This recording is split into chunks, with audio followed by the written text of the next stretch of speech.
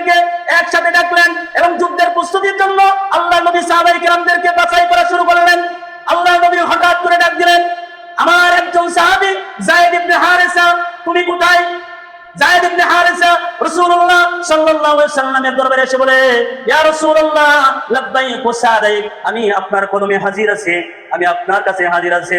এই সময় আল্লাহর রাসূল সাল্লাল্লাহু আলাইহি ওয়াসাল্লাম ডাক দিলেন, জাফর বিন আবু তালিব কোথায়? জাফর বিন আবু তালিব এসে বলে, ইয়া রাসূলুল্লাহ আমি আপনার হুকুমের মধ্যে আমি বাধ্য আছি, সুবহানাল্লাহ, আমি আপনার দরবারে হাজির আছি। আল্লাহ রাসূল সাল্লাল্লাহু আলাইহি ওয়াসাল্লাম তারপরে ডাক দিলেন, আব্দুল্লাহ ইবনে রওহা তুমি কোথায়? আব্দুল্লাহ ইবনে রওহা আসলেন, এসে বলে, ইয়া রাসূলুল্লাহ আমি আপনার দরবারে হাজির আছি, বলুন আপনি কি করতে হবে? আল্লাহ রাসূল সাল্লাল্লাহু আলাইহি ওয়াসাল্লাম একটা ইসলামের পতাকা হযরতে যায়েদ ইবনে হারেসার হাতে ধরে দিলেন, ধরে দিয়ে বললেন, যায়েদ ইবনে হারেসা, তোমাকে ইসলামের এই পতাকাটা তোমার হাতে আমি তুলে ধরলাম, তুমি যুদ্ধের ময়দানে যাইবা, যুদ্ধের ময়দানে তুমি যুদ্ধ করবা, যুদ্ধের ময়দানে তুমি যদি শহীদ হয়ে যাও এই কালিমার পতাকা উঁচু করে ধরে রাখবা, সুবহানাল্লাহ, এই কালিমার পতাকাটা তোমার হাতে দিলাম, তুমি যদি যুদ্ধের ময়দানে শহীদ হয়ে যাও তাহলে এই তোমার এই দায়িত্ব পালন করবে জাফর ইবনে আবু তালিব, আবু তালিব তোমার দায়িত্ব পালন করবে। এবং জাফর বিন আবু তালিবকে বললেন, হে জাফর, তুমি যদি যুদ্ধ করতে করতে তুমি যদি শাহাদাত বরণ করো তাহলে তোমার পরিবর্তে দায়িত্ব পালন করবে আব্দুল্লাহ ইবনে রওহা। আব্দুল্লাহ ইবনে রওহা যদি শাহাদাত বরণ করে তাহলে আরেকজন দায়িত্ব পালন করবে। আল্লাহ রাসূল সাল্লাল্লাহু আলাইহি ওয়াসাল্লাম তাদেরকে কমান্ডার করে দিলেন, সেনাপতি বানায়া দিলেন। সেনাপতি বানায়া যুদ্ধের ময়দানে আল্লাহ রাসূল সাল্লাল্লাহু আলাইহি ওয়াসাল্লাম তাদেরকে পাঠালেন। পাঠিয়ে দেওয়ার পরে তারা ওই ইহুদিদের সাথে তাদের যুদ্ধ চলতেছে, মওতার যুদ্ধ। এই মওতের যুদ্ধের মাধ্যমে যুদ্ধ কঠোরভাবে চলতেছে। মুসলমানেরা কাফেরদেরকে কতল করে জাহান্নামে পাঠিয়ে দেওয়া হচ্ছে। কাফেররা ভয় সংকুচিত হয়ে গেছে। যায়েদ ইবনে হারেসা যুদ্ধ করতে করতে শাহাদাত বরণ করে নিলেন, আর সেই দায়িত্ব গ্রহণ করলেন জাফর বিন আবু তালিব। জাফর বিন আবু তালিব তিনি কালিমার পতাকাটা হাতে উঠালেন। জাফর বিন আবু তালিব তিনি যুদ্ধ করতেছেন যুদ্ধের ময়দানে। যুদ্ধ করতে করতে কাফের অনেক কাফেরকে ওই জাহান্নামে পাঠায়া দিয়েছে। আর জাফর যুদ্ধ করতেছিলেন। জাফর যুদ্ধ করতে করতে তার ডান হাতটা কাফেররা কেটে ফেলেছে। কালিমার পতাকা বাম হাতে তুলে নিয়েছে, বাম হাত কেটে ফেলেছে। পা দিয়া কালিমার পতাকা উঁচু করে রেখেছে, পা কেটে দিয়েছে। জাফর বিন আবু তালিব আল্লাহর কালিমার পতাকা তার মুখ দিয়া তিনি কামড়ায়া উঁচু করে রেখেছে। জাফর বিন আবু তালিব হাত নাই, পা নাই, সব কেটে ফেলেছেন। আব্দুল্লাহ বিন রওহা তিনি দূর থেকে তাকায় দেখেন কে যেন কালিমার পতাকাটা শেষ পর্যন্ত উঁচু করে ধরে রেখেছে। আব্দুল্লাহ বিন রওহা বলে, আমি কাছে যাইয়া দেখি জাফর বিন আবু তালিবের হাত নাই, পা নাই, আল্লাহর কালিমার পতাকাকে কামড় মেরে এখনো তিনি উঁচু করে ধরে রেখেছে। জাফর বিন আবু তালিব বাবাকে বলেন, আমার পক্ষ থেকে আল্লাহ রাসূলকে সালাম জানাও এবং নবীজিকে বলবা জিন্দেগীর শেষ মুহূর্তে জাফর আল্লাহর কালিমার পতাকাকে নিচে নামতে দেয় নাই। জাফর এই কালিমার পতাকাকে মুখ দিয়ে কামড়ায়া উঁচু করে রেখেছে, জমিনে পড়তে দেয় নাই। নবীজিকে তুমি বলবা, আর আব্দুল্লাহ বিন রওহা তুমি শুনে রাখো, আমি এই মুহূর্তে আমি আল্লাহর জান্নাতের সুঘ্রাণ পাইতেছি, মনে হয় আমার শাহাদাত হয়ে গেলে আল্লাহ পাকের জান্নাতে আমি চলে যাব, আমি আল্লাহ পাকের জান্নাতে চলে যাব। আল্লাহ রাসূলকে গিয়ে বললাম, যায়েদ বিন হারেসা শহীদ, জাফর বিন আবু তালিব শহীদ, আব্দুল্লাহ বিন রওহা এরাও শহীদ হয়ে গেলেন। আল্লাহ রাব্বুল আলামিন দ্বীন কায়েম করেছেন। দ্বীন কাদেরকে দিয়ে কায়েম করেছেন? দ্বীন তাদেরকে দিয়ে কায়েম করেছেন যারা তাদের জীবনের কোনো পরোয়া করে নাই, জীবনের কোনো মূল্যায়ন তারা করে নাই। একমাত্র জীবনের মূল্য যিনি দিয়েছেন তাকে তিনারা মূল্যায়ন করতেন। সন্তানদের দিকে তাকাই নাই। সন্তানেরা যুদ্ধের ময়দানে যখন যাবে, সন্তানেরা পর্যন্ত পিছন দিক থেকে ডাক দিয়েছে, বাবা বাবা বলে চিৎকার করেছে। আল্লাহর দ্বীনের জন্য তারা যুদ্ধ করতে যাবে, এজন্য পিছনে কারা তাদের জন্য কান্দে? কোন সন্তান কান্দে আর বিবি তার জন্য পিছনে পয়রা কান্দে? ওই সাহাবীরা কোনোদিন পিছনের দিকে তাকায় নাই, সম্মুখ মানে আল্লাহর রাহে তারা পৌঁছে গেছে। হযরত বেলাল রাদিয়াল্লাহু তাআলা আনহু তিনি খুব অসুস্থ, তিনি দুনিয়া থেকে চলে যাবেন মৃত্যু শয্যা অবস্থায়। তা তিনার পাশে বসে অনেকে দোয়া করতেছেন, কারণ হযরত বেলাল রাদিয়াল্লাহু তাআলা আনহু মৃত্যুর যন্ত্রণা খুব কঠিন হচ্ছিল। তিনি মৃত্যুর যন্ত্রণায় কাঁদছিলেন, কষ্ট পাইতেছিলেন। কারণ মৃত্যুর যন্ত্রণা এটা স্বাভাবিক, সব মানুষেরই হবে। মৃত্যুটাকে আপনি মনে করেন না নরমালিটি, মৃত্যুটা স্বাভাবিকভাবে সকলের এই কষ্ট দিবে। মৃত্যু মানেই কষ্ট, কষ্ট এটা স্বাভাবিকভাবে আসবে। সে যদি মুমিনও হয় তারপরেও মৃত্যুর কষ্টটা আসে না নাই? জানের ভিতর থেকে, দেহের ভিতর থেকে একটা রূহ বের হবে, এটা কি আপনি কি কথা মনে করেন? 6-9 মনে করেন? এত সুজানা একটা জান বের হইতে অনেক কষ্ট লাগে। তো হযরত বেলাল মৃত্যুর যন্ত্রণায় কাতরাচ্ছিলেন, তার পাশে বসে দোয়া করতেছেন, হে আল্লাহ, এই বেলাল রাদিয়াল্লাহু তাআলা তিনি যেন এত তাড়াতাড়ি মৃত্যু বরণ না করে, তিনি যেন আমাদের মাঝে আরো বেঁচে থাকেন। আল্লাহ আপনি তাকে কবুল করেন, তিনি যেন এখন মৃত্যু যেন বরণ না করে, আরো কিছুদিন বাঁচক। হযরত বেলাল রাদিয়াল্লাহু তাআলা তার এই মৃত্যু কঠোর মুহূর্তে এবার ডাক দিয়া বলেন, তোমরা আমার জন্য উল্টো দোয়া করো না। তোমরা দোয়া করতেছো আমি বেঁচে থাকি, আরো কিছুদিন বেঁচে থাকি। তোমরা তো জানো না, আমি জানি বেলাল, আমি জানি আমার যদি এখন মৃত্যু হয়ে যায়, আমার মনের ভিতরে এতটুকু কাজ করে, মৃত্যু আমার আসতে দেরি হবে, আল্লাহর জান্নাতে আমি বেলাল ঢুকতে দেরি হবে না। আমার জন্য তোমরা এরকম উল্টা দোয়া করো না, আমার জন্য দোয়া করো বরং আল্লাহ তাআলা যেন ঈমানের সাথে আমাকে মওত নসিব করে। আর ঈমানের সাথে যদি আমার মওত নসিব হয়ে যায়, আমি বেলাল গ্যারান্টি দিতে পারি আল্লাহ পাক আমাকে জান্নাত দান করবে। আরো জোরে বলেন সুবহানাল্লাহ। হযরত বেলাল রাদিয়াল্লাহু তাআলা আনহুমা তিনি কি শুধু এই মৃত্যুর যন্ত্রণা কষ্ট করেছেন, সহ্য করেছেন তা না, এই পৃথিবীর জমিনে যিনাকে আল্লাহ তাআলা সৃষ্টি করে কুল কায়নাত সৃষ্টি করেছেন, যার ভালোবাসায় গোটা পৃথিবীকে সাজিয়েছেন, যার ভালোবাসা দিয়ে আল্লাহ তাআলা গোটা পৃথিবীকে আল্লাহ তাআলা সুন্দর বানাইছেন, যার ভালোবাসায় আল্লাহ তাআলা আরশ কুরসি লৌহে মাহফুজ পর্যন্ত বানাইছেন, যার ভালোবাসায় তিনি হচ্ছেন বিশ্বনবী সরকারে দু আলম নবী মুহাম্মদুর রাসূলুল্লাহ সাল্লাল্লাহু আলাইহি ওয়াসাল্লাম। তিনারও মৃত্যুর সময় অনেক কষ্ট হয়েছিল। মালাকুল মাউত যখন নবীজির কাছে আসলেন, নবীজিকে যখন আল্লাহ তাআলার কাছে নিয়ে যাবেন, তখন মালাকুল মাউত কে বলছিলেন, ও মালাকুল মাউত, তুমি মৃত্যু মানুষকে কিভাবে দাও? মৃত্যু এটা কিভাবে হয়? তুমি আমাকে প্রথম উপলব্ধি করাইবেন। আল্লাহর রাসূল সাল্লাল্লাহু আলাইহি ওয়াসাল্লাম শুনেছিলেন হযরতে মালাকুল মাউত আজরাইল আলাইহিস সালাতু ওয়াস সালাম নবীজিকে শোয়া অবস্থায় তিনার হাতটা নবীজির বুকের উপরে ধরলেন। নবীজি বললেন, হে আজরাইল, ও মালাকুল মাউত, তুমি আমার বুকের উপরে এটা কি চাপায়া দিয়েছো? মালাকুল মাউত বলেন, ইয়া রাসূলুল্লাহ, ইয়া হাবিবাল্লাহ, আল্লাহ রাব্বুল আলামিন আমাকে বলেছেন আপনার জান বাইর করব, আপনি যেন একটু কষ্ট যেন না পান, এইভাবে আমি সতর্কভাবে আপনার জান কবজ করার জন্য আমার হাতটা আপনার বুকের উপরে আমি রেখেছি। আল্লাহ রাসূল সাল্লাল্লাহু আলাইহি ওয়াসাল্লাম বলে, হে মালাকুল মাউত, তুমি একটু তোমার হাত আমার বুকের উপরে রাখো নাই, আমার মনে হইতেছে ওই উহুদ পাহাড়টা তুমি যেন আমার বুকের উপরে চাপায়া ধরছো। মনে হয় উহুদ পাহাড়টা তুমি আমার বুকের উপরে চাপায়া ধরছো। আল্লাহ রাসূল সাল্লাল্লাহু আলাইহি ওয়াসাল্লাম যদি বলেন একটা মৃত্যু যদি স্বাভাবিক, যদি আল্লাহ নবীর উপরে যদি হাত রেখেছেন মালাকুল মাউত, আল্লাহ বলেছেন সবচাইতে শান্তিভাবে আমার নবীর জান তুমি কবজ করবা। তো নবীজি বলেন, হাত তো রাখো নাই, বরং উহুদ পাহাড়টা আমার বুকের উপরে রেখেছো। আল্লাহ রাসূল যদি এই বর্ণনা দেয়, আপনি আমার জন্য ওই মৃত্যুর কষ্টটা, যন্ত্রণাটা কেমন হতে পারে উপলব্ধি করেছেন। মৃত্যু সকলের জীবনে আসবে এবং এই কষ্ট সবাইকেই ভোগ করতে হবে। মৃত্যুর যন্ত্রণা থেকে কেউ বাঁচতে পারবে না।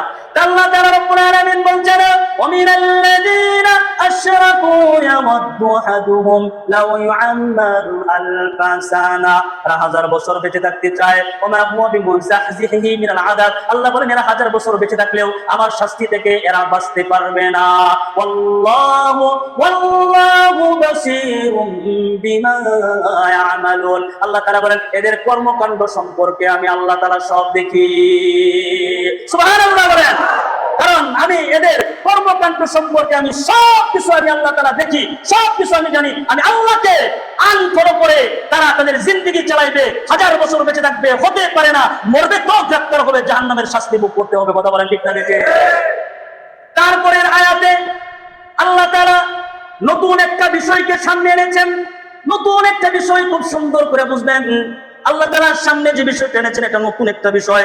আল্লাহ তাআলা বলেন, قل من كان عدوا لجبريل فإنه نزله على قلبك بإذن الله। আল্লাহ রাব্বুল আলামিন বলছেন, কুল মান কানা আদুওয়ান লিজিবরিল, রব্বুল আলামিন বলেন, ইয়া রাসূলুল্লাহ আপনি ইহুদি সম্প্রদায়কে বলে দেন, কুল মান কানা আদুওয়ান লিজিবরিল, তারা যদি জিবরাইলের সাথে শত্রুতা পোষণ করে, তারা যদি জিবরাইলকে শত্রু মনে করে, বলেন কি মনে করে? কাকে শত্রু মনে করে? ইহুদিরা হযরত জিবরাইল আলাইহিস সালাতু ওয়াস সালামকে তারা শত্রু মনে করে, দুশমন মনে করে। আল্লাহ পাক বলেন, ফাইন্নাহু নাযালাহু আলা কলবিকা বিইযনিল্লাহ। আপনি ইহুদিরা তারা বলতো যে আল্লাহ তাআলা যদি কোনো মানুষ যদি জান্নাতে যাওয়ার মতো হয় তাহলে আমরাই শুধু জান্নাতে যাব, আর কেউ জান্নাতে যাবে না, শুধু আমরাই জান্নাতে যাব। এবং তারা এই কথাটাও বলতো যে আমরা কোনোদিন জাহান্নামে যাব না। মাঝখানে আরেকটা কথা বলতো, যদি কোনো কারণবশত পেস লাগিয়া যদি জাহান্নামে যাইতেই হয় তাহলে আমাদের জাহান্নামে থাকবো মাত্র সর্বোচ্চ 40 দিন। ইহুদিদের বক্তব্য, তারা কনফিডেন্স এবং আত্মবিশ্বাসের সাথে তারা বলতো আমরাই শুধু জান্নাতের উত্তরাধিকারী, আমরা ছাড়া আর কেউ জান্নাতে যাবে না। এটা তারা ধারণা করত। এটা কাদের ধারণা? কি ধারণা? জান্নাতে শুধুমাত্র তারাই যাবে, আর কেউ জান্নাতে যাবে না, 1 নাম্বার। 2 নাম্বার, তারা কখনো কোনোদিন জাহান্নামে যাবে না। আবার বলতো যদিও কোনো কারণবশত জাহান্নামে যাওয়া লাগে তাহলে আমরা জাহান্নামে থাকবো মাত্র 40 দিন, তারপরে আবার আমরা জান্নাতে ফিরে আসবো এবং অনন্তকাল আমরা জান্নাতেই থাকবো। এটা ছিল তাদের ধারণা। এবং তারা এই কথাটা যে বলতো খুব কনফিডেন্সের সাথে, এত কনফিডেন্স তাদের ছিল যে না আমরাই শুধু জান্নাতে যাব আর কেউ না। তখন আল্লাহ তাআলা সূরাতুল বাকারার 94 নম্বর আয়াত নাজিল করলেন। আল্লাহ তাআলা বলেন, কুল ইন কানাত লাকুমুদ দারুল আখিরাতু ইনদাল্লাহি খালিসাতান মিন দুনিন নাস। আল্লাহ তাআলা বলেন, ইয়া রাসূলুল্লাহ তারা পরকালে জান্নাত শুধুমাত্র তাদের জন্যই যদি হয়ে থাকে, শুধু তারাই শুধু জান্নাতে যাবে, এই কনফিডেন্স এবং আত্মবিশ্বাস যদি তাদের থাকে তাহলে আপনি তাদেরকে বলে দিন, আমি বলতেছি ফাতামান্নাবুল মাউত, তারা যেন মৃত্যু কামনা করে। কারণ যার আত্মবিশ্বাস শুধুমাত্র তারাই জান্নাতে যাবে, অন্য কেউ জান্নাতে যাবে না, সেই হিসাবে দুনিয়াতে থাইকে লাভ কি? মৃত্যু হইলেই তো জান্নাতে চলে যাইবা। দুনিয়ার ভিতরে বেজাল আর বেজাল, কখনো বেশি গরম লাগে, বিরাট বেজাল, কখনো বৃষ্টি নামে ঠান্ডা লাগে, বেজাল, রাস্তায় কাদা হয়ে যা, বেজাল, কখনো কখনো জিনিসপত্রের দাম বেড়ে যা, বিশাল বেজাল। এত বেজালের মধ্যে থাইকা তোমাদের লাভটা কি? সুতরাং ফাতামান্নাবুল মাউতা, এত বেজালের মধ্যে থাইকা লাভ নাই, তোমরা নিজেরা মৃত্যু কামনা করো। সুবহানাল্লাহ বলে। আল্লাহ কাদেরকে কথা বললেন? ইহুদিদেরকে। খুব সুন্দর করে বুঝবেন, কারণ মৃত্যুই হচ্ছে একমাত্র জান্নাতে যাওয়ার বাধা। মৃত্যু হয়ে গেলেই তোমাদের যে কনফিডেন্স আর আত্মবিশ্বাস, তোমরা জান্নাতে চলে যাবে গা, তাহলে তোমরা মৃত্যু কামনা করো। আল্লাহ রাসূল সাল্লাল্লাহু আলাইহি ওয়াসাল্লাম বললেন, ঠিক আছে তোমরা মৃত্যু কামনা করো। এ কথা বলার পরে আল্লাহ তাআলা শর্ত লাগাইছেন, ইন কুনতুম সাদিকিন, যদি তোমরা সত্যবাদী হয়ে থাকো। সুবহানাল্লাহ। যদি তোমরা সত্যবাদী হও, আর জান্নাত শুধু তোমাদের জন্যই, আর কারো জন্য না। সুতরাং মইরা গেলেই তোমরা জান্নাত পেয়ে যাইবা। তোমরা মৃত্যু কামনা করো যদি তোমরা সত্যবাদী হও। আল্লাহ পাক রব্বুল আলামিন বলছেন, কুল ইন কানাত লাকুমুদ-দারুল আখিরাতু ইনদাল্লাহি খালিসাতান মিন দুনিন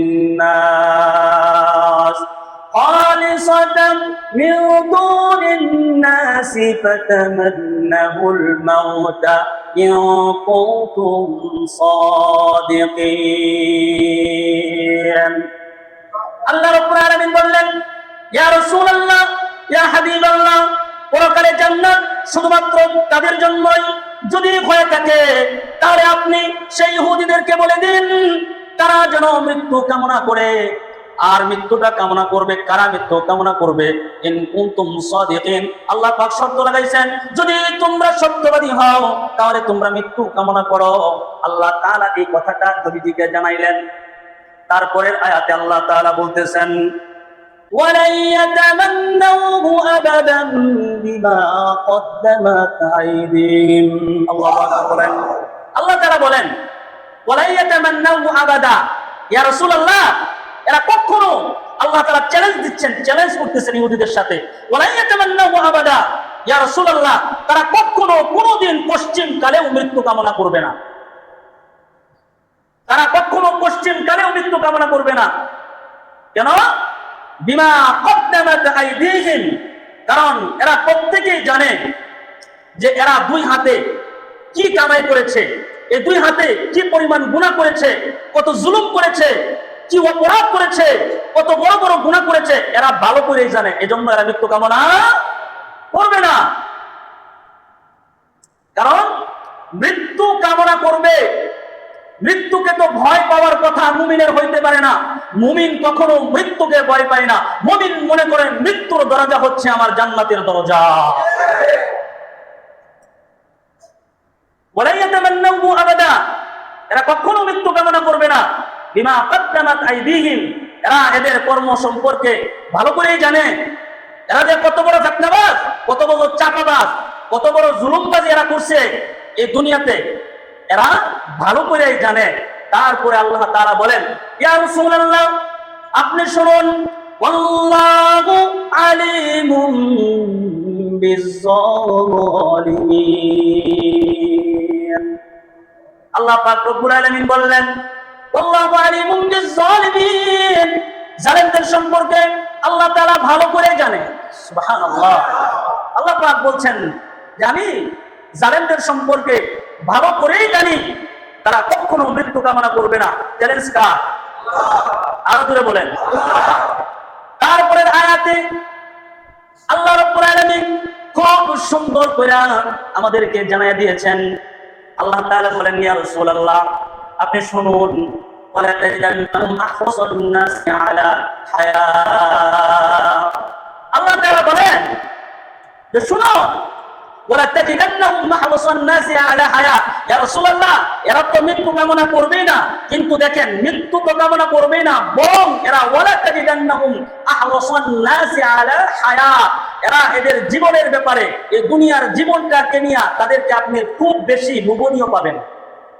এরা এদের দুনিয়ার জীবনটা, এদের হায়াতটা এরা অনেক লোভনীয় মনে করে, যে এই হায়াত আমাদের অনেক দামি হায়াত, এই হায়াতের মধ্যে তাদের লোভ। আর যে ব্যক্তি তার হায়াতের মধ্যে লোভ আছে, ওই ব্যক্তি কখনো মৃত্যু কামনা করতে পারে না। এরা তাদের হায়াতের ব্যাপারে লোভী। ওয়া মিনাল্লাযীনা আশরাকু, এবং মুশরিকদের থেকেও এরা বেশি লোভী। যারা মুশরিক, যারা আল্লাহ তাআলাকে অস্বীকার করে, এদের থেকেও এরা বেশি, এদের জীবনের প্রতি এদের মায়া বেশি, এদের জীবনের প্রতি এরা লোভ বেশি। এরা কখনো মৃত্যু কামনা করবে না।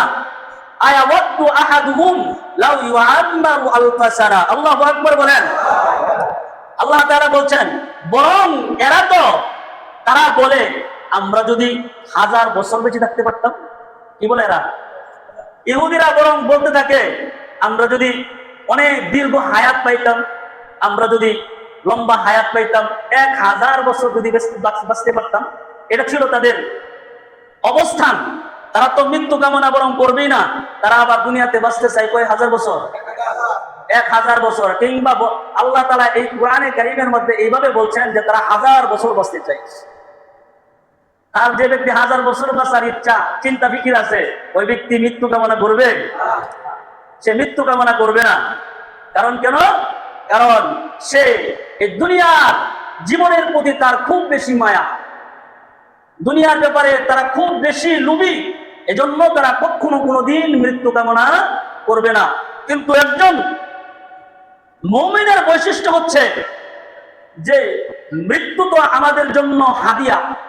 একজন মুমিনের জন্য মৃত্যু হচ্ছে তোহফা, অর্থাৎ হাদিয়া আল্লাহ তাআলার পক্ষ থেকে। কারণ মুমিনের জন্য জান্নাতে যাওয়ার একমাত্র প্রতিবন্ধক রাস্তা হচ্ছে মৃত্যু।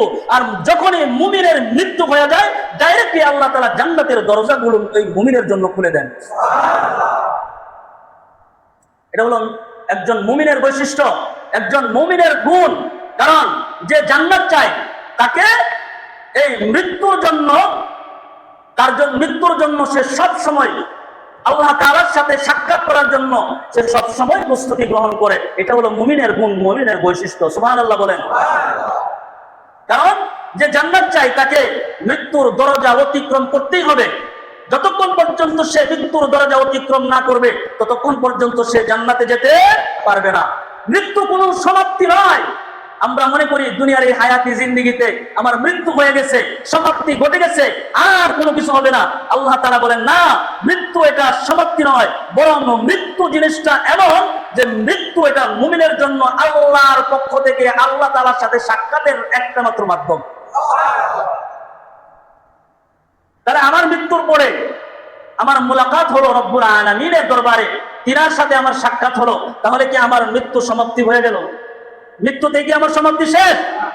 আল্লাহ তাআলা বলছেন না, দুনিয়ার এই পরকালীন, এই ইহকালীন জিন্দেগি তোমার ক্ষণিকের, কিন্তু পরকালীন জিন্দেগি তোমার অনেক লম্বা।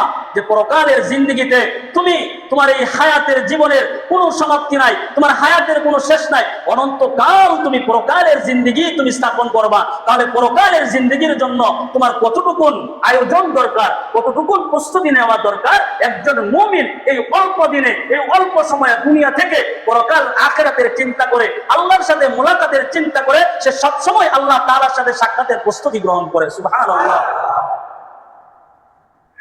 কারণ মৃত্যু হচ্ছে চিরস্থায়ী জীবনের সূচনা। মৃত্যুটা আমাদের জীবনের, পরকালীন জীবনের একটা নতুন অধ্যায়, নতুন একটা সম্পর্কের সূচনা স্থাপন হবে আমাদের মৃত্যুর মাধ্যমে। এজন্য মৃত্যুকে কখনো কোনো মুমিন ভয় পায় না। কারণ মুমিন জানে এই দুনিয়া হচ্ছে আমাদের জন্য জেলখানা। আমরা এসেছি কিছুদিন, আমরা এই জেলখানাতে থাকবো, তারপরে আল্লাহ তাআলা এই জেলখানা থেকে টান দিয়া আল্লাহর জান্নাতে আমাদেরকে ঢুকিয়ে দিবে। সুবহানাল্লাহ। এটা মুমিন ভালো করেই জানে। কারণ আল্লাহ রাসূল সাল্লাল্লাহু আলাইহি ওয়াসাল্লাম বলছেন, আল্লাহ রাসূল সাল্লাল্লাহু আলাইহি ওয়াসাল্লাম তিনি বলছেন যে মুমিনের জন্য এই দুনিয়া কি? জেলখানা। আর দুনিয়া সিজনুল মুমিন ওয়া জান্নাতু কাফির। আর কাফেরদের জন্য হচ্ছে এই দুনিয়া হচ্ছে বালাখানা, এই দুনিয়া হচ্ছে রং তামাশার জায়গা, হচ্ছে কাফেরদের জন্য। এটা মুসলমানদের জন্য রং তামাশার নাই। মুসলমান মনে করবে আমি গায়ে হলুদের এই মিডিয়াম অবস্থান আমি চালু করব, মুসলমান মনে করবে আমি মদ খাবো, মুসলমান মনে করবে আমি আউলা জাউলা চলবো, মুসলমান মনে করবে নতুন কিছু ইসলামের সংস্কার করব, মুসলমান মনে করবে মসজিদে যাব না, আমার মতো আমি চলবো, মুসলমান মনে করবে আমার মতো আমার ভাবে আমি চলবো। এটা মুসলমানের কাজ হইতে পারে না। আল্লাহ তাআলা বলেন এটা মুসলমানের কাজ না, এটা কাফের মুশরিকদের কাজ। কারণ একজন কাফের মুশরিক সে চলবে তার মতো করে, সে ইসলামের বিধিবিধান তো সে মানবে না, সে তো অস্বীকারই করে। কারণ একজন অস্বীকারী কাফের, সে দুনিয়াটাকে আল্লাহ তাআলা তার জন্য জান্নাত বানিয়ে দিয়েছেন। কাফেরদের সঙ্গ নিয়া কাফেরদের কাজ যে মুসলমানেরা করবে, বোঝা যাবে এরা মুসলমান নামের কাফের, এরা কখনো মুসলমান ছিল না।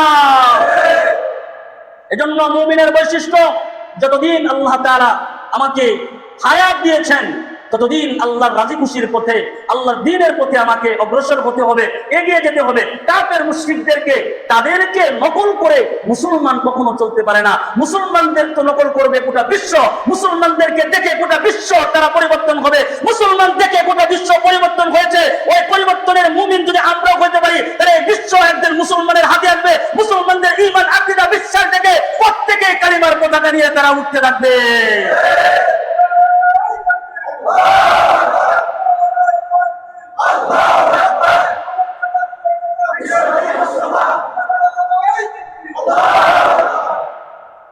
তাহলে মৃত্যুকে কখনো মুমিন ভয় পায় নাই। রাসূলুল্লাহ সাল্লাল্লাহু আলাইহি ওয়াসাল্লামের সাহাবায়ে কেরাম তিনারা মৃত্যুকে কখনো কোনোদিন তিনারা ভয় করেন নাই। আল্লাহর রাসূল তিনি যখনই তাদেরকে ডেকেছেন, তারা বলতেন, ইয়া রাসূলুল্লাহ লাব্বাইক ওয়া সাদাইক, আমরা আপনার সামনে হাজির আছি, আপনি শুধু আমাদেরকে হুকুম করেন। আপনি হুকুম করলে জীবনটা আপনার জন্য, আপনার আল্লাহর জন্য, আল্লাহর কোরআনের জন্য দিতে আমরা বিমুখ হয়ে আছি। সুবহানাল্লাহ। আল্লাহর কোরআনের জন্য, আল্লাহর জন্য জান বিলায় দেয়। তারা কখনো মৃত্যুকে ভয় করতে? মুসলমানদেরকে মৃত্যুর ভয় দেখাইতে আইসো না। মুসলমানরা তো মৃত্যুকে ভয় পায় না, মুসলমানরা তো ভয় পায় আল্লাহকে। আর মুসলমানরা মৃত্যুকে তারা তো শান্তি রূপে, ভালো রূপে তারা গ্রহণ করে। আল্লাহ তাআলা বললেন, ইয়া রাসূলুল্লাহ, এদেরকে আপনি তাদের জীবনের ব্যাপারে অনেক বেশি লোভী পাবেন। এরা বাঁচতে চাইবে কত বছর? 1000 বছর। তারা এটা চায় যে আল্লাহ যদি আমাদেরকে 1000 বছর যদি জীবন দিতেন, আমরা যদি 1000 বছর বেঁচে থাকতে পারতাম। তারা এই কথা কেন বলতেন? পরের আয়াতে, পরের অংশে আল্লাহ তাআলা বলেন, ওয়ামা হুয়া বিমুযাহজিহি মিনাল আযাবি আই ওয়াম্মার। আল্লাহ রাব্বুল আলামিন বললেন, ইয়া রাসূলুল্লাহ, ওয়ামা হুয়া বিমুযাহজিহি মিনাল আযাব আই ওয়াম্মার। এদেরকে যদি সর্বোচ্চ 1000 বছর যদি এদেরকে দেওয়া হয়, এরা যদি মনে করেন 1000 বছর কিংবা 10,000 বছর, এরা যদি 20,000 বছর যদি এরা বেঁচে থাকে, এদের মৃত্যু হবে কি হবে না? জুড়ে বলেন। এরা মনে করেছে যদি আমি 1000 বছর বেঁচে থাকি, তাহলে আমরা বেঁচে যাব, জাহান্নাম থেকে, শাস্তি থেকে বেঁচে যাব। আল্লাহ তাআলা বলেন, হাবিব আমার, এরাদেরকে যদি 10,000 বছর দেওয়া হয়, 20,000 বছর যদি দেওয়া হয়, তারপরে যখনই এরা মৃত্যু বরণ করবে, ওমা হুয়া বিমুযাহজিহি মিনাল আযাবি আই মুআম্মার, আমি আল্লাহর কঠিন শাস্তি থেকে এদেরকে কেউ বাঁচাতে পারবে না। সুবহানাল্লাহ। তুমি 50 বছর, 60 বছর, সর্বোচ্চ 100 বছর হায়াত পায়া বেড়াগিরি করো, মাতবরি করো, বিচার উল্টা করো, নেতাগিরি করো, মনে করো তুমি একটা নেতা, তোমার ঘাড় কেউ ধরতে পারবে না, তোমার কানের মাঝে তোরা এমলা দিতে পারবে না। তোমরা এটা মনে করো 100 বছর হয়ে গেছে, এখন মনে করো তুমি নেতা, তুমি দেশের একটা কিছু। আল্লাহ বলেন, না, মৃত্যু হইব, কানটা দইরা জান্নাতের জাহান্নামের শাস্তি ভোগ করতে হবে। আল্লাহ তাআলা এখানে বলছেন, 1000 বছর বাঁচলেও লাভ নাই, 1000 বছর বাঁচলেও লাভ নাই। যখনই তোমার মৃত্যু হবে, তখনই তুমি আল্লাহর শাস্তির সম্মুখীন তুমি হইবা। আল্লাহর শাস্তি তোমার সামনে আসবে, তুমি আল্লাহর শাস্তি থেকে বাঁচতে পারবে না। এজন্য একটা মুমিন, সে বাঁচবে তো সিংহের মতো বাঁচবে। কথা বলেন ঠিক না বেটে? একজন মানুষ, একজন মুমিন, সে মৃত্যুকে ভয় করে না। তবে একজন মানুষের মৃত্যু কামনা করা জায়েজ নাই। কেউ যদি মৃত্যু কামনা করে, এই মৃত্যু কামনা করা কি নাই? জায়েজ নাই। বরং সেই দোয়া করতে হবে, বারাকাল্লাহু ফি হায়াতি, আল্লাহ তাআলা যেন হায়াত বৃদ্ধি করে দেন, আল্লাহ তাআলা যেন হায়াত বৃদ্ধি করে দেন। আর যদি দোয়া করেনি, আল্লাহ রাসূল বলেন, যদি তোমরা যদি দোয়া করো মৃত্যুর জন্য, তাহলে আল্লাহ তাআলার কাছে বলবা, আল্লাহ আপনি আমাকে জান্নাতের সর্বোচ্চ আলা মাকাম দান করিয়েন। সুবহানাল্লাহ। উত্তম মউত যেন আপনি আমাকে দান করিয়েন, আফজাল মউত আমাকে দান করেন। রাসূলুল্লাহ সাল্লাল্লাহু আলাইহি ওয়াসাল্লাম আল্লাহ তাআলার কাছে তিনি উত্তম মউত আশা করেছিলেন, আফজাল মউত আশা করেছিলেন। আল্লাহ রাব্বুল আলামিন আমাদের নবীর দোয়া কবুল করেছেন। আল্লাহ তাআলা আমার নবীকেও শাহাদাতের মউত দান করেছেন, উত্তম মউত দান করেছেন। এজন্য মুমিন কখনো মৃত্যুকে ভয় করে না। আল্লাহর রাসূল জিহাদের জন্য সাহাবায়ে কেরামদেরকে, তাদেরকে সুন্দর কইরা ভালো করে গঠন করতেছিলেন, জিহাদের ময়দানে কারা নিবে তাদেরকে প্রস্তুতি করাচ্ছিলেন। নবীজি এক একজনকে এইভাবে টেনে টেনে আল্লাহর রাসূল সামনে আনতেছিলেন এবং এক একজনকে যুদ্ধের ময়দানে যাওয়ার জন্য আল্লাহর রাসূল প্রস্তুতি গ্রহণ করাইতেছিলেন। আল্লাহর রাসূল সাল্লাল্লাহু আলাইহি ওয়াসাল্লাম সমস্ত সাহাবায়ে কেরামদেরকে একসাথে ডাকলেন এবং যুদ্ধের প্রস্তুতির জন্য আল্লাহ নবী সাহাবায়ে কেরামদেরকে বাছাই করা শুরু করলেন। আল্লাহ নবী হঠাৎ করে ডাক দিলেন, আমার একজন সাহাবী যায়েদ ইবনে হারেসা, তুমি কোথায়? যায়েদ ইবনে হারেসা রাসূলুল্লাহ সাল্লাল্লাহু আলাইহি ওয়াসাল্লামের দরবারে এসে বলে, ইয়া রাসূলুল্লাহ লাব্বাইক ওয়া সাদাইক, আমি আপনার কদমে হাজির আছি, আমি আপনার কাছে হাজির আছি। এই সময় আল্লাহর রাসূল সাল্লাল্লাহু আলাইহি ওয়াসাল্লাম ডাক দিলেন, জাফর বিন আবু তালিব কোথায়? জাফর বিন আবু তালিব এসে বলে, ইয়া রাসূলুল্লাহ আমি আপনার হুকুমের মধ্যে আমি বাধ্য আছি, সুবহানাল্লাহ, আমি আপনার দরবারে হাজির আছি। আল্লাহ রাসূল সাল্লাল্লাহু আলাইহি ওয়াসাল্লাম তারপরে ডাক দিলেন, আব্দুল্লাহ ইবনে রওহা তুমি কোথায়? আব্দুল্লাহ ইবনে রওহা আসলেন, এসে বলে, ইয়া রাসূলুল্লাহ আমি আপনার দরবারে হাজির আছি, বলুন আপনি কি করতে হবে? আল্লাহ রাসূল সাল্লাল্লাহু আলাইহি ওয়াসাল্লাম একটা ইসলামের পতাকা হযরতে যায়েদ ইবনে হারেসার হাতে ধরে দিলেন, ধরে দিয়ে বললেন, যায়েদ ইবনে হারেসা তোমাকে ইসলামের এই পতাকাটা তোমার হাতে আমি তুলে ধরলাম, তুমি যুদ্ধের ময়দানে যাইবা, যুদ্ধের ময়দানে তুমি যুদ্ধ করবা, যুদ্ধের ময়দানে তুমি যদি শহীদ হয়ে যাও এই কালিমার পতাকা উঁচু করে ধরে রাখবা, সুবহানাল্লাহ, এই কালিমার পতাকাটা তোমার হাতে দিলাম, তুমি যদি যুদ্ধের ময়দানে শহীদ হয়ে যাও তাহলে এই তোমার এই দায়িত্ব পালন করবে জাফর ইবনে আবু তালিব, আবু তালিব তোমার দায়িত্ব পালন করবে।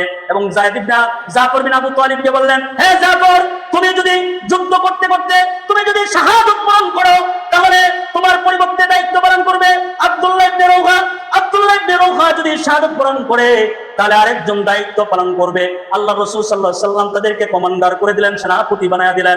সেনাপতি বানায়া যুদ্ধের ময়দানে আল্লাহ রাসূল সাল্লাল্লাহু আলাইহি ওয়াসাল্লাম তাদেরকে পাঠালেন। পাঠিয়ে দেওয়ার পরে তারা ওই ইহুদিদের সাথে তাদের যুদ্ধ চলতেছে, মওতার যুদ্ধ। এই মওতের যুদ্ধের মাধ্যমে যুদ্ধ কঠোরভাবে চলতেছে। মুসলমানেরা কাফেরদেরকে কতল করে জাহান্নামে পাঠিয়ে দেওয়া হচ্ছে। কাফেররা ভয় সংকুচিত হয়ে গেছে। যায়েদ ইবনে হারেসা যুদ্ধ করতে করতে শাহাদাত বরণ করে নিলেন আর সেই দায়িত্ব গ্রহণ করলেন জাফর বিন আবু তালিব। জাফর বিন আবু তালিব তিনি কালিমার পতাকাটা হাতে উঠালেন। জাফর বিন আবু তালিব তিনি যুদ্ধ করতেছেন যুদ্ধের ময়দানে। যুদ্ধ করতে করতে কাফের অনেক কাফেরকে ওই জাহান্নামে পাঠায়া দিয়েছে। আর জাফর যুদ্ধ করতেছিলেন। জাফর যুদ্ধ করতে করতে তার ডান হাতটা কাফেররা কেটে ফেলে, ডান হাত কেটে ফেলেছে। কালিমার পতাকা বাম হাতে তুলে নিয়েছে, বাম হাত কেটে ফেলেছে।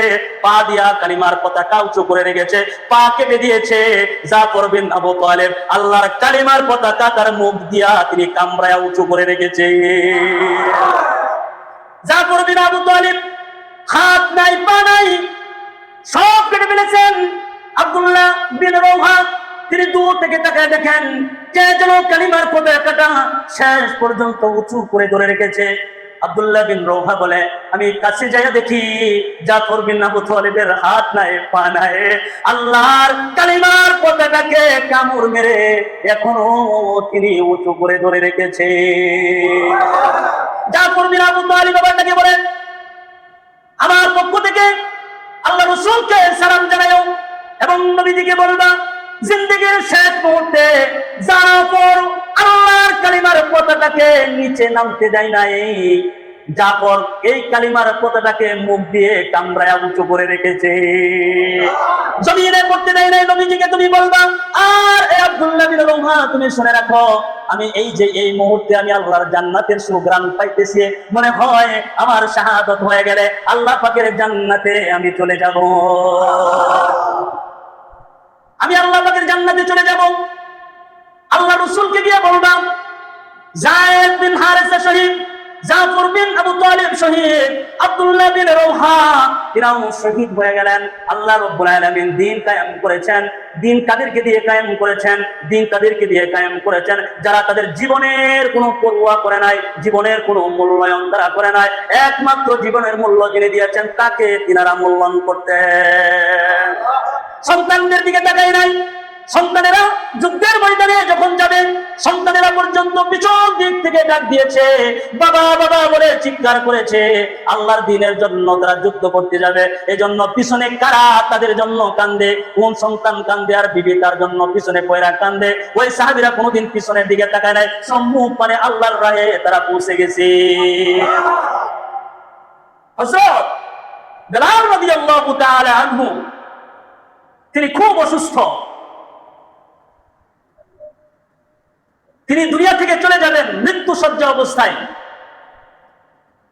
তা তিনার পাশে বসে অনেকে দোয়া করতেছেন, কারণ হযরত বেলাল রাদিয়াল্লাহু তাআলা আনহু মৃত্যুর যন্ত্রণা খুব কঠিন হচ্ছিল।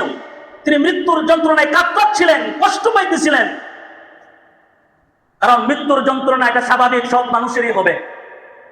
মৃত্যুটাকে আপনি মনে করেন না নরমালিটি, মৃত্যুটা স্বাভাবিকভাবে সকলের এই কষ্ট দিবে। মৃত্যু মানেই কষ্ট, কষ্ট এটা স্বাভাবিকভাবে আসবে। সে যদি মুমিনও হয় তারপরেও মৃত্যুর কষ্টটা আসে না নাই? জানের ভিতর থেকে, দেহের ভিতর থেকে একটা রূহ বের হবে, এটা কি আপনি কি কথা মনে করেন? ছয় নয় মনে করেন? এত সুজানা একটা জান বের হইতে অনেক কষ্ট লাগে। তো হযরত বেলাল মৃত্যুর যন্ত্রণায় কাতরাচ্ছিলেন, তার পাশে বসে দোয়া করতেছেন, হে আল্লাহ, এই বেলাল রাদিয়াল্লাহু তাআলা তিনি যেন এত তাড়াতাড়ি মৃত্যু বরণ না করে, তিনি যেন আমাদের মাঝে আরো বেঁচে থাকেন। আল্লাহ আপনি তাকে কবুল করেন, তিনি যেন এখন মৃত্যু যেন বরণ না করে, আরো কিছুদিন বাঁচুক। হযরত বেলাল রাদিয়াল্লাহু তাআলা তার এই মৃত্যু কঠোর মুহূর্তে এবার ডাক দিয়া বলেন, তোমরা আমার জন্য উল্টো দোয়া করো না। তোমরা দোয়া করতেছো আমি বেঁচে থাকি, আরো কিছুদিন বেঁচে থাকি। তোমরা তো জানো না, আমি জানি বেলাল, আমি জানি আমার যদি এখন মৃত্যু হয়ে যায়, আমার মনের ভিতরে এতটুকু কাজ করে, মৃত্যু আমার আসতে দেরি হবে, আল্লাহর জান্নাতে আমি বেলাল ঢুকতে দেরি হবে না। আমার জন্য তোমরা এরকম উল্টা দোয়া করো না, আমার জন্য দোয়া করো বরং আল্লাহ তাআলা যেন ঈমানের সাথে আমাকে মওত নসিব করে। আর ঈমানের সাথে যদি আমার মওত নসিব হয়ে যায়, আমি বেলাল গ্যারান্টি দিতে পারি আল্লাহ পাক আমাকে জান্নাত দান করবে। আরো জোরে বলেন সুবহানাল্লাহ।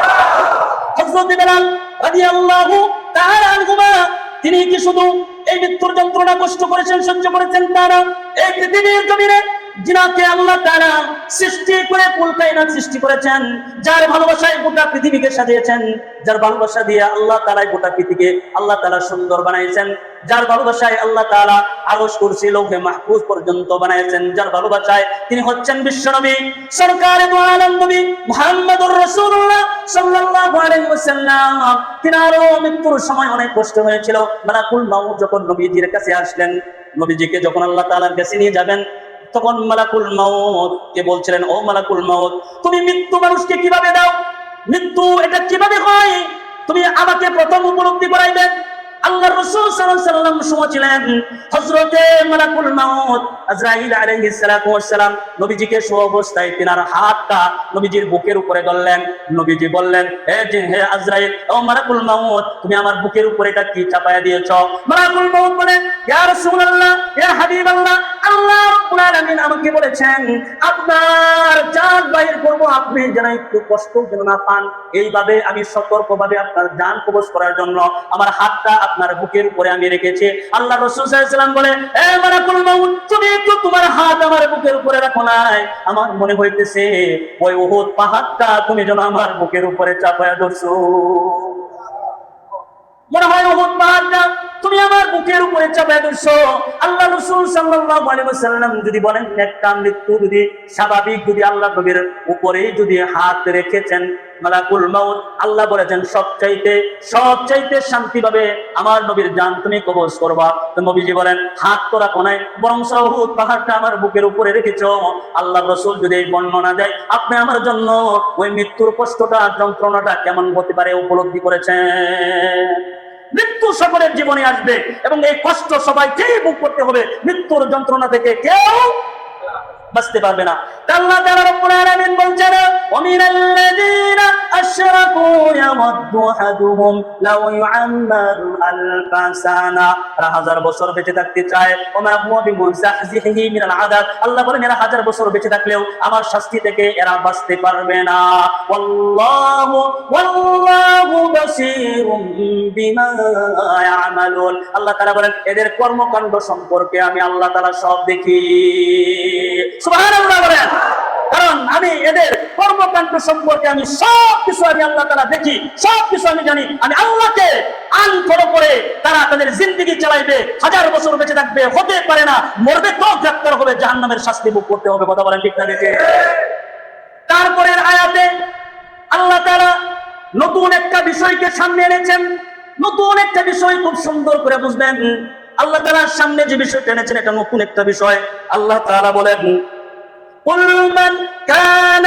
عدوا لجبريل فإنه نزله على قلبك بإذن الله الله رب العالمين বলছেন قل من كان عدوا لجبريل রব্বুল আলামিন বলেন ইয়া রাসূলুল্লাহ আপনি ইহুদি সম্প্রদায়কে বলে দেন কুল মান কানা আদুওয়াল লিজিবরিল তারা যদি জিবরাইলের সাথে শত্রুতা পোষণ করে তারা যদি জিবরাইলকে শত্রু মনে করে বলেন কি মনে করে কাকে শত্রু মনে করে ইহুদিরা হযরত জিবরাইল আলাইহিস সালাতু ওয়াস সালামকে তারা শত্রু মনে করে দুশমন মনে করে আল্লাহ পাক বলেন ফাইন্নাহু নাযালাহু আলা কলবিকা বিইযনিল্লাহ আপনি ইহুদি সম্প্রদায়কে বলে দেন জিবরাইল তিনি তিনার নিজের মতবাদ নিয়ে আপনার কাছে আসেন না তিনার বানানো কোনো বিষয় নিয়ে আসেন না আল্লাহ পাকের পক্ষ থেকে আল্লাহ যা আদেশ করেন সেইগুলো আমি নবীর কাছে জিবরাইল এসে ওহী নাযিল করেন সুবহানাল্লাহ এটা জিবরাইলের ব্যক্তিগত কোনো বিষয় আপনার কাছে নিয়ে আসেন না আমার বিষয় আপনার কাছে ওহী নিয়ে আসেন সুবহানাল্লাহ বলেন এই আয়াতের প্রেক্ষাপট এই আয়াতটা কেন নাযিল হইল খলিফাতুল মুসলিমিন হযরত ওমর রাদিয়াল্লাহু তাআলা আনহু তিনি একদিন ইহুদিদের মাদ্রাসায় গেলেন এবং ইহুদি শিক্ষক তাদের সাথে তিনি কথোপকথন করলেন অনেক বিষয় তাদের সাথে তত্ত্ববহল আলোচনা করলেন অনেক বিষয় তাদেরকে বললেন বলার পরে খলিফাতুল মুসলিমিন হযরত ওমর রাদিয়াল্লাহু তাআলা আনহু বললেন এই ইহুদিদের শিক্ষকদেরকে বললেন তোমরা কি জিবরাইলকে চিনো তোমরা কি জিবরাইলকে চিনো তারা বললেন হ্যাঁ আমরা জিবরাইলকে চিনি জিবরাইল আমাদের জীবনের চূড়ান্ত দুশমন নাউজুবিল্লাহ বলেন তারা বলল কি জিবরাইল আমাদের জানের শত্রু তো খলিফাতুল মুসলিমিন হযরত ওমর বলেন জিবরাইল কোথায় থাকে কি করে জানো ও জানি ও জিবরাইল আল্লাহ তাআলার ডান পাশে থাকেন আর হযরতে মিকাইল আলাইহিস সালাতু ওয়াস সালাম তিনি আল্লাহ পাকের বাম পাশে থাকেন কিন্তু জিবরাইল আমাদের জানের দুশমন কিন্তু মিকাইল আমাদের বন্ধু জিবরাইল তাদের জানের শত্রু কিন্তু মিকাইল তাদের বন্ধু এই কথা যখন বললেন তখনই এই আয়াতের প্রেক্ষাপট অনেক তাফসীর আছে সময় খুব কম কথাটা আমি কিভাবে বলি কত বাজে এখানে তো 8 বাজে এখানে কত বাজে 6 বাজে 6 যাই হোক তো বললেন যে মিকাইল আমাদের বন্ধু জিবরাইল আমাদের শত্রু এটা আয়াতের একটা প্রেক্ষাপট এই আয়াতের তাফসীর এই আয়াত নাযিল হইল তখন যখন বলল জিবরাইল আমাদের শত্রু মিকাইল আমাদের বন্ধু তখন আল্লাহ তাআলা কোরআনের এই আয়াত নাযিল করলেন আল্লাহ পাক বললেন কুল মান কানা আদুওয়ান লিজিবরিল ফাইন্নাহু নাযালাহু আলা কলবিকা বিইযনিল্লাহ সুবহানাল্লাহ তখন আল্লাহ তাআলা বললেন ইয়া রাসূলুল্লাহ আপনি এই ইহুদি সম্প্রদায়কে বলে দিন কুল মান কানা আদুওয়ান লিজিবরিল তোমরা যে জিবরাইলের সাথে দুশমনি পোষণ করতেছো জিবরাইলকে তোমরা শত্রু মনে করতেছো জিবরাইল তোমাদের জানের শত্রু তোমরা বলতেছো বরং জিবরাইলের সাথে তোমরা দুশমনি করে কোনো লাভ নাই কারণ জিবরাইলকে তো আমি আল্লাহ পাক কুরআন নিয়ে আমি আল্লাহ পাক জিবরাইলকে আল্লাহর নবীর কাছে ওহী হিসাবে পাঠিয়েছি আমার কথা জিবরাইল এসে নবীর কাছে বলে যায় জিবরাইলের নিজস্ব কোনো ব্যক্তিগত কথা নয় জিবরাইলের ব্যক্তিগত চূড়ান্ত কোনো বিষয় নয় কারণ জিবরাইল আপনার কাছে যা নিয়ে আসেন ওহী নিয়ে আসেন সব আল্লাহর পক্ষ থেকে সুবহানাল্লাহ তার এই আয়াতটা কেন নাযিল হইলেন খুব সুন্দর করে বুঝবেন তারা এই জিব্রাইলকে কেন শত্রু মনে করে আর মিকাইলকে তারা কেন বন্ধু মনে করে, এটা খুব সুন্দর করে বোঝার চেষ্টা করবেন। এখন কত বাজে? 8 বাজে।